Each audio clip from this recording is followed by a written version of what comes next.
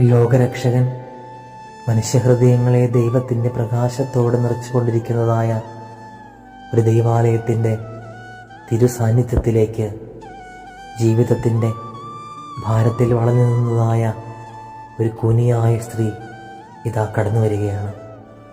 കാലത്തിൻ്റെ നീണ്ട 18 വർഷങ്ങൾ വേദനയുടെ ഭാരത്തെ ചുമന്നുകൊണ്ട് നേരെ ആകാശത്തേക്ക് പോലും നോക്കുവാൻ കഴിയാതെ ഭൂമിയിലേക്ക് മാത്രം കുനിഞ്ഞുള്ളതായ ഒരു ദുഃഖഭാരമുള്ളതായ ജീവിതത്തോടെ അവളെ കാണുമ്പോൾ ആ കരുണയുടെ കാഴ്ച അവളുടെ മേൽ പതിക്കുകയാണ്.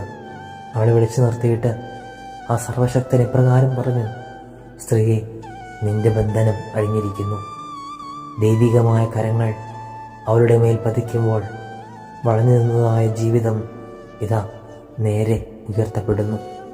കാരണം ആ ദൈവികമായ സ്പർശനം എന്ന് പറയുന്നത് അത് മനുഷ്യൻ്റെ ജീവിതത്തെ വീണ്ടും ഉയർത്തുന്നതായ ഒരു വലിയ അത്ഭുതമാണ്. ഈ സംഭവം നമ്മോട് പറയുന്നതായ ഒരു വലിയ സാക്ഷ്യമുണ്ട്. വേദനയും ജീവിതഭാരവും മനുഷ്യനെ കൂനിൻ്റെ അനുഭവത്തിലേക്ക് കൊണ്ടുചെന്നാലും ദൈവകരുണയുടെ ഒരു സ്പർശനം മനുഷ്യനെ വീണ്ടും ഉയർത്തുന്നതാണ്.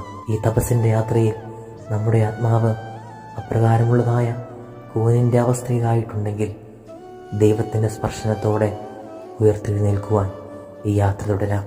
ദൈവം അനുഗ്രഹിക്കട്ടെ.